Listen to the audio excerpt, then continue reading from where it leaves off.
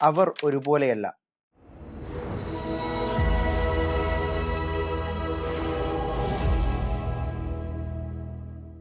Zionist ഭരണകൂടം ഗസയിൽ നടത്തുന്ന വംശഹത്യകൾക്കെതിരെ അമേരിക്കയിലെയും യൂറോപ്പിലെയും യൂണിവേഴ്സിറ്റികളിൽ പടരുന്ന വിദ്യാർത്ഥി പ്രക്ഷോഭങ്ങളെക്കുറിച്ച് പല ശ്രദ്ധേയമായ നിരീക്ഷണങ്ങളും വന്നു കഴിഞ്ഞിട്ടുണ്ട്.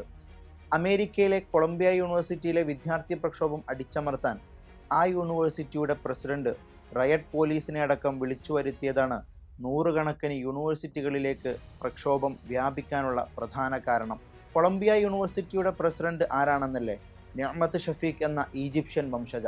1960കളിൽ ഈജിപ്തിൽ നിന്ന് അമേരിക്കയിലേക്ക് കുടിയേറിയതാണ് ഇവരുടെ കുടുംബം. ഈജിപ്തിനോട് ചേർന്ന് കിടക്കുന്ന ഗസയോടും അതിലെ നിവാസികളോടും തരിമ്പും അനുഭാവം കാണിക്കാതെ American Israel public affairs committee AIPAC പോലുള്ള അമേരിക്കയിലെ ജൂത ലോബികളുടെ തിട്ടൂരങ്ങൾ അപ്പടി നടപ്പാക്കുകയായിരുന്നു നിഅ്മത്ത് ഷഫീഖ്. ഇതിൻ്റെ മറുവശം കാണണമെങ്കിൽ പ്രക്ഷോഭത്തിന് നേതൃത്വം നൽകുന്ന സംഘടനകളെ നോക്കിയാൽ മതി. അതിൻ്റെ മുൻനിരയിൽ ജൂയിഷ് വോയിസ് ഫോർ പീസ് എന്ന സംഘടനയുണ്ട്. സയനിസ്റ്റുകളുടെ വംശഹത്യയെയും അതിക്രമങ്ങളെയും അവരോളം വീറോടെ തുറന്നു കാണിക്കുന്ന മറ്റൊരു സംഘവുമില്ല. ഇത്തരം കൂട്ടായ്മകളുടെ സജീവ സാന്നിധ്യം കൊണ്ടാണ് ഏഷ്യൻ അറബി വംശജരുടെ സെമിറ്റിക് വിരുദ്ധതയായി ഈ പ്രക്ഷോഭങ്ങളെ ഇകഴ്ത്താനും കൊച്ചാക്കാനും പാശ്ചാത്യ ഭരണകൂടങ്ങൾക്കും മീഡിയകൾക്കും കഴിയാതെ പോയത്. പ്രക്ഷോഭങ്ങൾക്ക് പൊതു സ്വീകാര്യത ലഭിക്കാനും മറ്റു കലാലയങ്ങൾ അത് ഏറ്റെടുക്കാനും JVP ഒരു മുഖ്യ ഘടകമാണ്. നിർഭാഗ്യവശാൽ എല്ലാ ജനവിഭാഗങ്ങളിലും മതവിഭാഗങ്ങളിലും ഇത്തരം നല്ല മനുഷ്യരുണ്ടെന്ന കാര്യം പല പണ്ഡിതന്മാരും മതപ്രഭാഷകരും ശ്രദ്ധിക്കാറേയില്ല.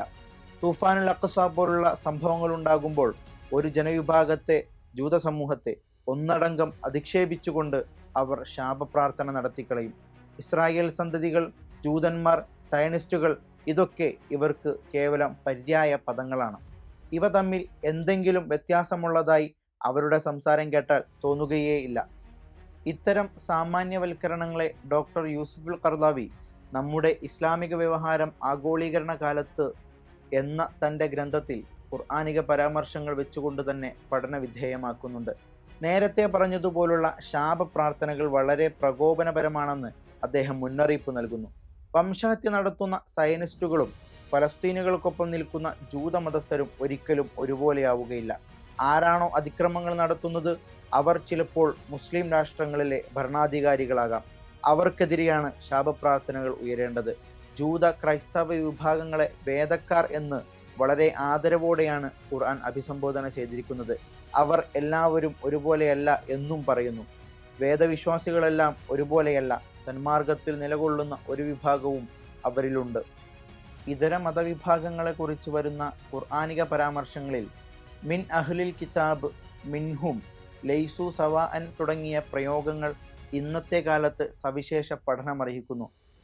ഫാഷിസത്തിനെതിരെ ജീവൻ മരണ പോരാട്ടം നടന്നുകൊണ്ടിരിക്കുന്ന ഇന്ത്യൻ പശ്ചാത്തലത്തിലും ഈ ഒരു വകതിരിവും തിരിച്ചറിവും വളരെ അനിവാര്യമാണെന്ന് പറയേണ്ടതില്ല.